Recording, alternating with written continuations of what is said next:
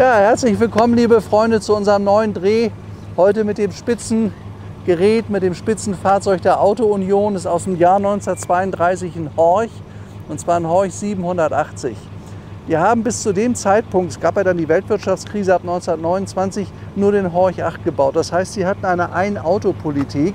Und da haben sie dann gesagt, wir müssen was ändern. Dann gab es diesen Zusammenschluss zur Auto Union zwischen DKW, Wanderer, Audi und Horch. Und das Spitzenprodukt, das ist hier unser Horch gewesen aus dem Jahr 1932. Hier vorne könnt ihr auch das klassische Logo sehen auf dem großen Kühler. Das war halt eben August Horch, der das ins Leben gerufen hatte. Und hier unten hieß es dann nachher, die Audi-Ringe kennt man ja von heute, das war dann die Auto Union, wie ich es eben gerade schon gesagt habe. Und hier haben wir ein absolutes Prachtstück. Das war also damals, da hat die Auto Union einen Marktanteil von über 50% gehabt. Das heißt, die waren Marktführer, waren besser als Mercedes oder sagen wir mal stärker aufgestellt als Mercedes und stärker als Maybach. Und diese drei Fahrzeuge, also Horch, Maybach und Mercedes, waren damals führend. So, 1932 war das führende Auto eben dieser hier. Man hat dann später noch einen 830 und einen 39 entwickelt und auf den Markt gebracht, also hat das dann diversifiziert. Und das Interessante war damals bei Horch, die haben nur 8-Zylinder gebaut ab 1927 und damit waren sie die einzigen, die das so gemacht haben. Ja, und dabei rausgekommen ist dieses absolute Prachtstück. Das ist übrigens ganz interessant, man möchte meinen, er ist schwarz, das ist er aber nicht. Das Auto ist dunkelgrün und ist von Lecoq in Paris restauriert worden. Das ist ein paar Jahrzehnte her. Auto war auch mittlerweile mal in Pebble Beach und ihr wisst ja, da kommen wirklich ganz besondere Fahrzeuge hin. Sind von dem Auto nur 230 Stück gebaut, also der ist sehr, sehr selten und ist vom Design irgendwie klasse. Man erkennt die 30er Jahre, die frühen 30er Jahre, eigentlich auch an dieser besonderen Scheibe hier vorne. Das war ein Designelement, was man später so nicht mehr genommen hat. Das war diese Aufteilung hier links und rechts eine kleine Scheibe, in der Mitte die gerade. Sein Nachfolger war dann der berühmte Horch 853, der hatte praktisch diese Flugzeugscheiben.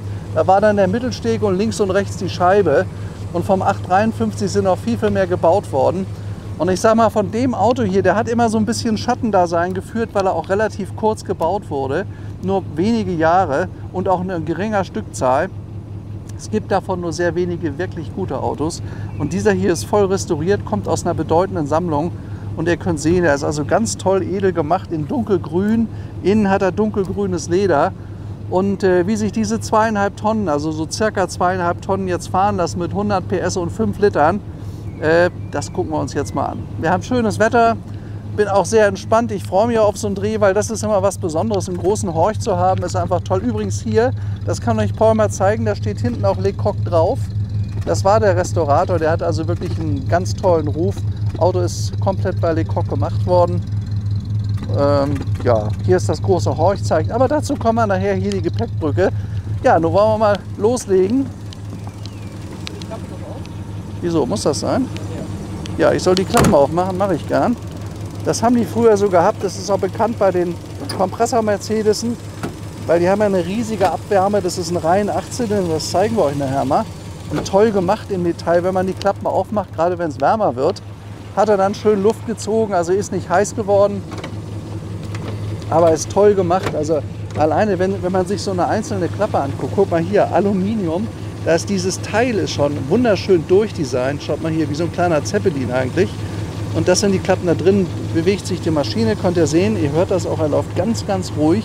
Ist mir aufgefallen bei dem Horch, dass er eine ganz tolle Laufkultur hat, die Maschine muss gut gemacht worden sein. Und sonst, also optisch, das könnt ihr glaube ich sehen, ist er hervorragend im Zustand. Ja, dann setze ich mich jetzt mal hinein.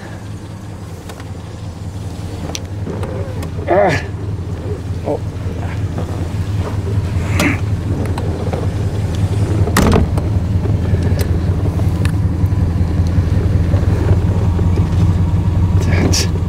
Hat schon eine Viergangschaltung. Ja gut, wunderbar.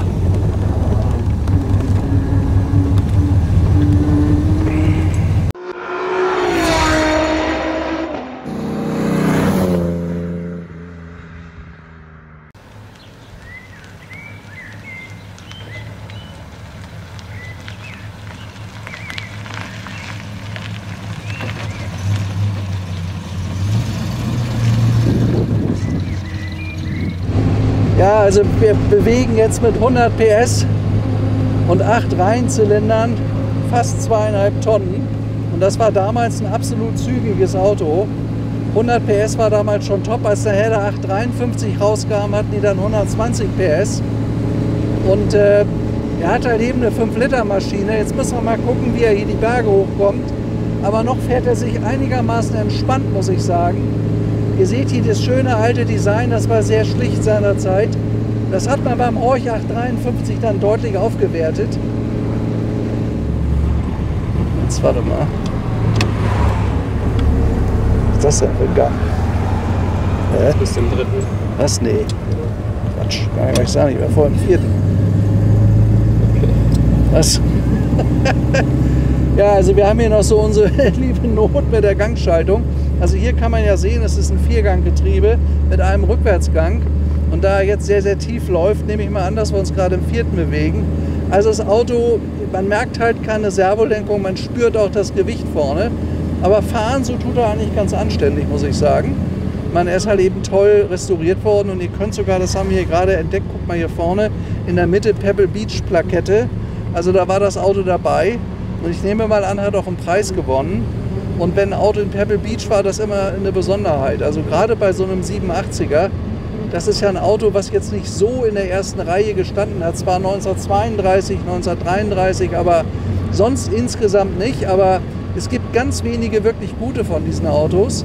Und wenn der schon in den USA gewesen ist, muss es wirklich ein gutes Fahrzeug sein. Also was ich jetzt so merke, er läuft sehr, sehr schön. Ist auf jeden Fall eine Seltenheit, ist auf jeden Fall was für eine Sammlung. Was mir auch sehr gut gefällt bei dem Wagen, ist hier die Farbkonstellation. Der ist dunkelgrün, innen mittelgrün, das ist sehr, sehr edel gemacht. Hat hier oben die Sonnenblenden, könnt ihr sehen, links und rechts. Ist toll, wenn man hier vorne durch so eine Scheibe guckt. Ist ja relativ selten. Meistens hat man diesen Mittelsteg bei den Horch gehabt. Das ist bei allen Autos der 30er Jahre nachher auch eingeführt worden, bei allen Modellen. Er hier hatte das nicht. Und das Spitzenmodell der 1932er, 33er Jahre war dann sogar der 12-Zylinder. Ganz selten gebaut worden. Ein Horch 670, eine absolute Rarität.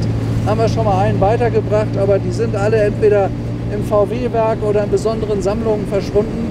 Aber jetzt hier so, also auf der Strecke das Auto zu fahren, macht Spaß, der läuft schön, fasst sich auch gut an. Man merkt nur, also das ist ein Auto, der hat eine Spitzengeschwindigkeit von 125. Also man wird das Auto, ich sag mal 100 Stundenkilometer und vielleicht 110 bewegen, aber mehr nicht. Das macht man einfach nicht mit so einem alten Herrn.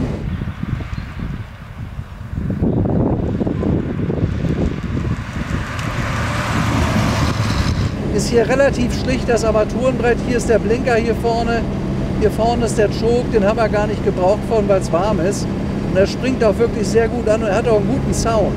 Das ist mir also besonders aufgefallen bei dem Auto.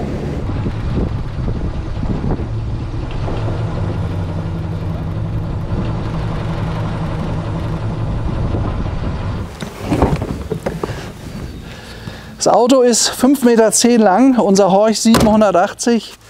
Und er hat eine tolle Ausstattung. Also fangen wir mal hier vorne an. Diese gewaltigen Stoßstangen, die geben nach die Federn. Schaut euch das mal an hier. Ist eigentlich ein tolles Prinzip. Äußerst wirkungsvoll. Und wenn man da mal mit irgendwo gegengefahren ist, ist das nicht gleich alles kaputt gewesen wie heute. Heute gibt es ja nur noch diese Plastikstoßstangen, die splittern dann sofort oder der Lack ist kaputt. Bei den Dingern überhaupt nicht.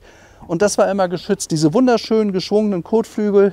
Diese tollen großen Horchlampen hier übrigens drin mit dem Horch-Logo. Schaut mal hier, wie edel das damals gemacht wurde. Das ist erhaben oben drüber. Das ist also jetzt nicht irgendwie drauf fotografiert oder sieht einfach toll aus. Sind tolle Lampen aus der Zeit. Hier vorne der große Horch-Kühler. Oben sind die Schwingen mit der Horch-Weltkugel. Das war das Logo damals von Horch. Ja, dann haben wir natürlich bei diesen Fahrzeugen draufgekämmte Spiegel auf die Reservereifen. Damals waren die Straßenverhältnisse ungefähr so wie hier. Da sind öfter mal Reifen kaputt gegangen aus allen möglichen Gründen. Dann haben wir hier diese wunderschönen Radkappen, auch mit dem Horch-Logo, könnt ihr sehen. Und die großen, gewaltigen Trittbretter. Türen gingen seinerzeit nach außen auf. Schaut mal hier. Dann konnte man dann bequem Platz nehmen. Aber war natürlich, wenn so eine Tür mal so aufgegangen ist während der Fahrt, war natürlich ziemlich gefährlich.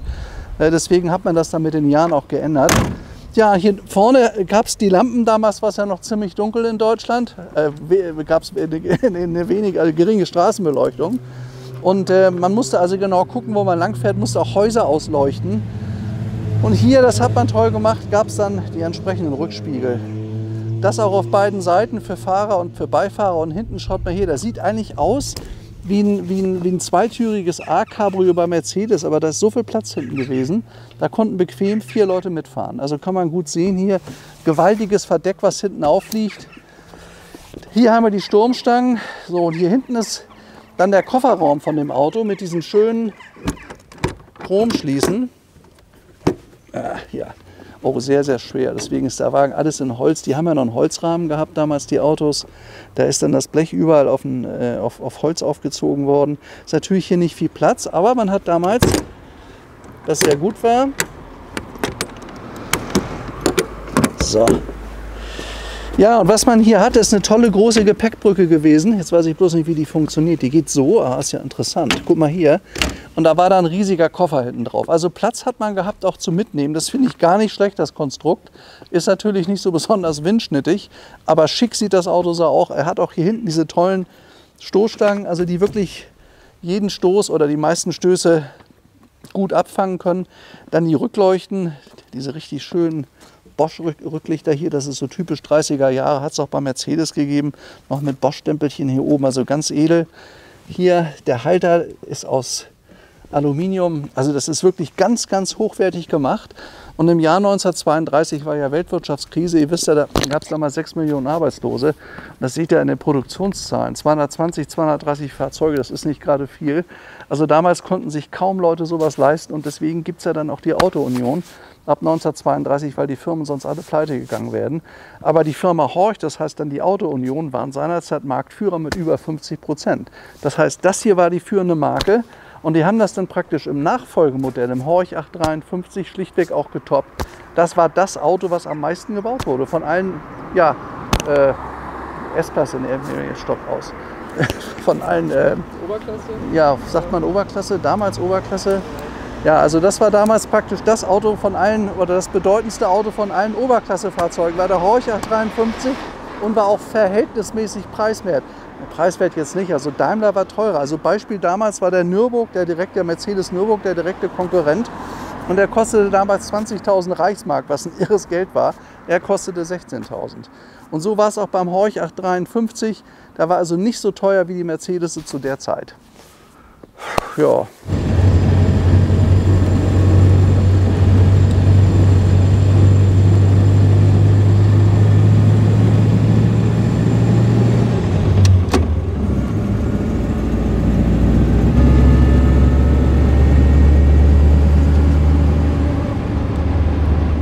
Es ist halt eben schön, diese Details. Schaut euch mal diese toll gemachten Instrumente hier vorne an. Das ist ja Art Deco damals aus der Zeit. Alles in einem hervorragenden Zustand. Uns funktioniert hier auch alles. Also ein Auto, was wirklich gut läuft, ist natürlich heute bei so einem Wetter ist das einmalig schön. Man erinnert sich da wirklich zurückversetzt in die Zeit der schönen 30er Jahre, also zumindest Anfang der 30er Jahre. War ja Deutschland noch einigermaßen interessant. Das hat sich nachher dann so ein bisschen geändert. Da wurde das schwieriger. Aber das war halt das Jahrzehnt, wo die tollsten Automobile ever gebaut wurden. Also ich sag mal, ich kenne keine Zeit, wo es schönere Formen gab, bedeutendere Automobile. Deswegen haben die heute auch so einen Wert. Übrigens, so ein Wagen, der wird gehandelt, je nach Zustand, schwankt ganz stark. Also zwischen 350 und ungefähr 700.000 Euro. Hier ist richtig links, ne?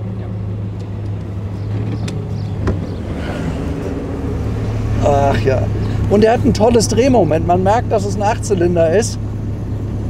Ach Gott, naja. Maschine läuft seidenweich, ganz, ganz seidig. Ich hoffe nur, dass wir jetzt genug Drehzahlen haben, dass wir da hochkommen. Da bin ich mir nicht so ganz sicher. Ja, aber man merkt rein, 8 Zylinder sind 8 Zylinder und es ist immerhin 5 Liter Hubraum. Das ist eine ganze Menge. Die haben damals den Wagen mit 4 Litern erst gebaut, dann mit 4,5 Litern und zum Schluss dann mit 5 Litern. Na, ob wir das hinkriegen. Überlegt. Oh, hier riecht es aber richtig schlecht. Naja, doch. Gerade so eben. War knapp eben, ne? Aber ist ja toll, wie seidig diese Maschine läuft, nicht? Der ruckelt nicht und der zappelt nicht und gar nichts, der verschluckt sich nicht. Der läuft seidenweich. Also das finde ich wirklich bemerkenswert bei diesem Horch. Fahren tut er ganz toll. Die Reifen laufen auch gut. Mit den Bremsen ist das in Ordnung. Obwohl der natürlich Trommelbremsen hat. Der hat natürlich keine Scheibenbremsen. Sowas gab es 1932 nicht. Man muss beherzt reintreten, aber es klappt. So, er da. Eine andere Zeit, ne? Was auch 18. Naja, ja, so haben sich die Zeiten geändert. Es war gerade eine Corvette aus den 60er Jahren. Naja, da liegen 30 Jahre dazwischen. Ja, aber in diese Landschaft gehört das Auto. Es gab ja damals diese Heimatfilme. Schaut euch das mal an, wie schön das heute ist, mit so einem alten Horch hier durchzufahren. Das ist einfach toll. Und wir hoffen ja mit unseren Filmen, dass wir noch mehr neue Fans gewinnen. Das haben wir übrigens auch schon. Das sieht man nicht nur in den Kommentaren, sondern man sieht es auch daran, dass wir ganz viele klassische Vorkriegsautos verkauft haben an ganz neue Leute, auch an jüngere Leute, die das total toll finden. Denn die alte Szene hat Werbung für diese schönen Sachen nie richtig gemacht. Und durch YouTube und Instagram gibt es natürlich heutzutage ganz tolle Möglichkeiten. Und wir hoffen, dass wir dadurch eine weitere Verbreitung finden, weil das ist Kulturgut. Das muss man leben, das muss man erleben. Wie toll unsere Großväter damals Autos gebaut haben, wie schön die trotz allem fahren, was das eine Freude bereitet. Mir macht das immer einen Riesenspaß, mit so einem tollen Wagen hier zu fahren. Das ist ein einmaliges Erlebnis. Wenngleich, man muss natürlich eins sagen, man sieht schon die technische Entwicklung. Also hier muss man auch wirklich vorsichtig fahren. Man muss sehr, sehr aufmerksam mit so einem Auto fahren. Man muss immer voll bei der Sache sein.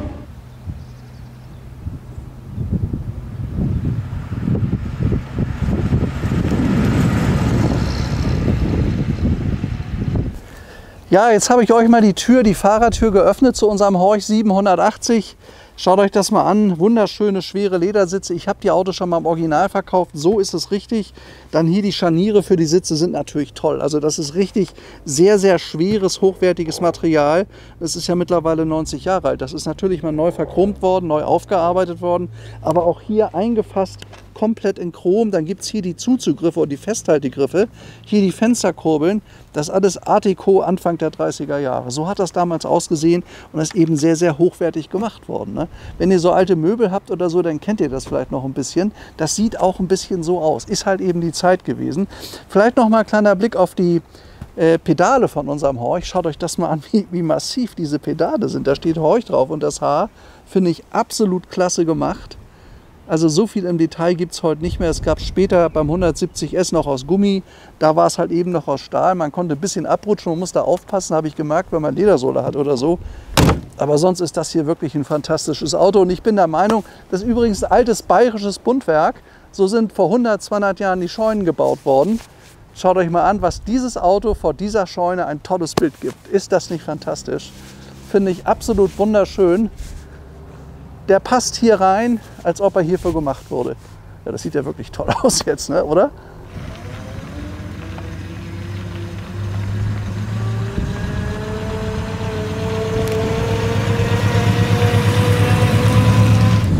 So, jetzt habe ich mich mittlerweile an unseren Horch 780 gewöhnt, auch mit dem Schalten, das wird immer besser.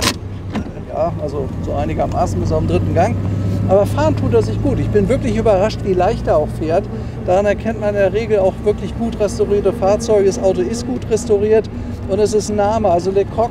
Deswegen ist er wohl auch nach Pebble Beach gegangen vor 20 Jahren, weil das einfach ein bedeutender Name war für Restaurierung und das ist im Detail auch gut und richtig gemacht worden.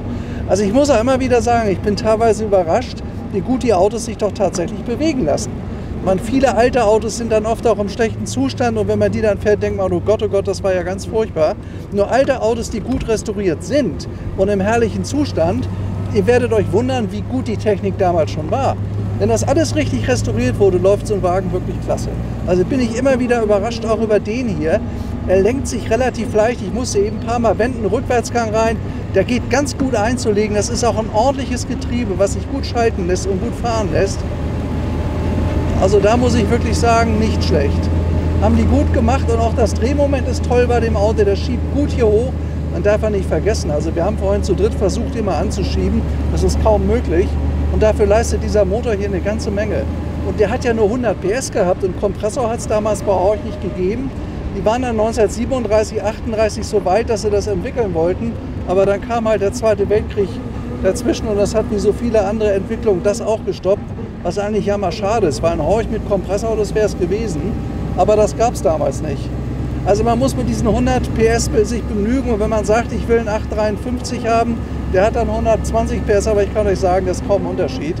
Aber das hier ist das wesentlich seltenere Auto. Das könnt ihr, diese schönen Designelemente Anfang der 30er Jahre sind Mitte der 30er Jahre nachher verloren gegangen. Das ist übrigens interessant, man kann diese Scheibe hier nach vorne öffnen. Das könnt ihr da vorne sehen und hier. Das heißt, dann kam der Luftzug von unten, war die beste Klimaanlage der Welt.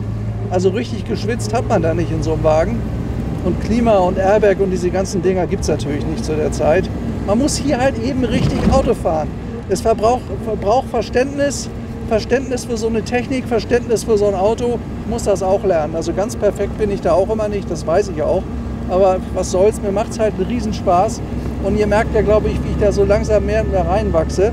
Und wir werden das noch sehr, sehr lange machen, immer nach dem Motto Freude am Auto. Das ist absolut unser Ding. Freude am Auto ist nämlich Freude am Leben. Schaut euch mal an hier als Cabrio, wie toll das ist, so einen Wagen, die Landschaft zu genießen. Ich habe in so einem Wagen eine ganz andere Verbindung zur Natur und zu allem um mich herum als mit einem normalen neuen Fahrzeug. Eine ganz andere Verbindung. Und wenn man die Leute sieht, also 95% freuen sich, winken einem zu, die Leute finden das toll und zwar in der überwiegenden Mehrheit. Das ist das, was wir feststellen. Wir fahren ja hier viel durch die Gegend. Wir machen das mittlerweile 2 Jahre lang. Und unsere YouTube-Aufrufe, man sieht ja auch, was die Kommentare, ganz interessant, was da alles so steht. Den Leuten gefällt das und deswegen werden wir es auch genauso weitermachen. Tja, da ist heute in schönstem Sonnenlicht unser Bauernhof Beuernbergs, kennt ihr ja hier. Da sind wir mittlerweile über 30 Jahre. Der Hof ist über 500 Jahre alt. Und ich hoffe, dass wir hier noch ganz, ganz lange das mit alten Autos machen werden. Ach übrigens, ganz nett hier, wo wir gerade auf die Auffahrt fahren, schaut mal das Schild hier. Das ist ein Originalschild für Fahrzeuge verboten aus der Zeit um 1930. Ist ein Originalschild, passt genau zu dem Wagen hier. Ja,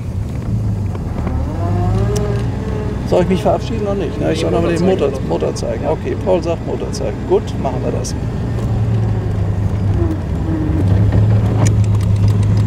Wie spät ist denn das überhaupt? 5 Uhr, ja, ging ja einigermaßen. Ne? Der fährt gar nicht schlecht. Hätte ich gar nicht gedacht, dass der sich so gut fährt. Bin ich wirklich angenehm überrascht. Ja, hier vorne nochmal die Rädchen, nicht? Also wenn er hier dreht, das hier öffnet, schaut mal hier vorne genauso. Natürlich ein toller Mechanismus, viel Handarbeit, auch das muss geöffnet werden. Nein, das muss ich noch weiter zurück machen. So, jetzt geht die Scheibe auf, schaut mal hier. Klimaanlage 1932, das ist doch wirklich toll. Dann zieht es hier durch, also finde ich absolut klasse. Man ist ja früher nicht 160 gefahren. Wenn man so 70, 80, 90 gefahren ist, das ist eigentlich die Geschwindigkeit für das Auto, war das absolut herrlich. Hat das vollkommen gereicht. Übrigens hier Aschenbecher, nicht? Das finde ich absolut klasse hier unten. Man konnte rauchen als Fahrer, schaut mal hier, und als Beifahrer genauso. Also Rauchen war damals auch wirklich en vogue. Obwohl, so wie ich das sehe, ich glaube, man muss hier wirklich Acht geben beim Autofahren. Also mir geht es jedenfalls so, wenn ich so ein Vorkriegsauto fahre, bin ich immer sehr, sehr angespannt und angestrengt und muss aufpassen, dass so alles funktioniert. Aber wenn man so einen Wagen mal länger hat und das dann besser kennt, dann geht das, glaube ich, leichter. So, Gang rein. So, dann muss man das natürlich zumachen. Jetzt machen wir mal die Deckel zu für die Lüftung. Ja, das ist natürlich auch toll. Also was so eine Klappe alleine für einen Arbeitsaufwand bedeutet, das so alles zu arbeiten. Hier sind die praktischen Griffe, die hat es auch bei Mercedes gegeben, so um die Haube zu öffnen. Nee, aber den kriege ich nicht auf. Also, der geht schwer. Naja, jetzt habe ich das geschafft. Oh, die ist ein bisschen warm, die Haube jetzt vom Fahren. So, die stellen wir hier rein. Das ist alles sehr, sehr schön gemacht worden. Hier eine Gummiauflage. Ja, das ist die 8-Zylinder-Maschine mit dem Horch-Logo. Ganz groß, die Buchstaben Horch. Das ist halt was für die Seele, ist einfach toll gemacht. Ne? Dieser riesige Vergaser hier, ist ja nur eine Ein-Vergaseranlage. Und dann die 8 Zündkerzen, die sind wir auf der anderen Seite, ne? Die sind nicht hier, ja. Da ist der Anlasser da vorne, riesen Vergaser, gewaltiges Auto. Und hat übrigens einen guten Sound. Hier sind die ganzen Fahrgestellnummern zum Auto, alles original. Genau, sogar die Lampe hier ist designt im Inneren. Ja, ja, toll, nicht? Also das ist wirklich faszinierend. Man hat damals auf jede Kleinigkeit Acht gegeben. Und wer sagt immer, dass die alten Zeiten schlechter waren, ich weiß gar nicht. Also sowas hätte mich völlig fasziniert. Ich glaube, wenn man damals Besitzer von so einem tollen Auto gewesen ist, das war einfach einmalig, nicht? Fast einmalig. 230 gebaute Exemplare. Das ist so gut wie nichts. Übrigens noch ein Detail, habe ich gar nicht darauf hingewiesen. Schaut euch mal diese riesigen Scharniere an hier. Diese 3 gewaltigen Scharniere halten diese schwere Tür. Schaut mal da. Und dahinter ist dann der Holzrahmen. Wenn nämlich hier das Holz weich ist, dann hängen die. Aber guck mal hier, das war doch wirklich klasse gemacht. Also kann man nicht anders sagen. Ja, das war unser Horchdreh heute am späten Nachmittag im schönen Beuerberg bei allerbestem Wetter. Thema Freude am Auto, Cargold und wieder ein Auto. Wirklich kann man sagen, das ist ja Cargold-Qualität. Tolle Autos. Wenn ihr sowas habt, bitte mir anbieten, freue ich mich jedes Mal. Und wir freuen uns auch, wenn wir immer wieder noch ein ganz anderes Auto haben, was wir noch nicht gefilmt haben. Ich glaube, das ist für euch auch wirklich spannend. Ja, alles Gute, bis zu meinem nächsten Film. Euer Stefan. Bis dahin und ciao.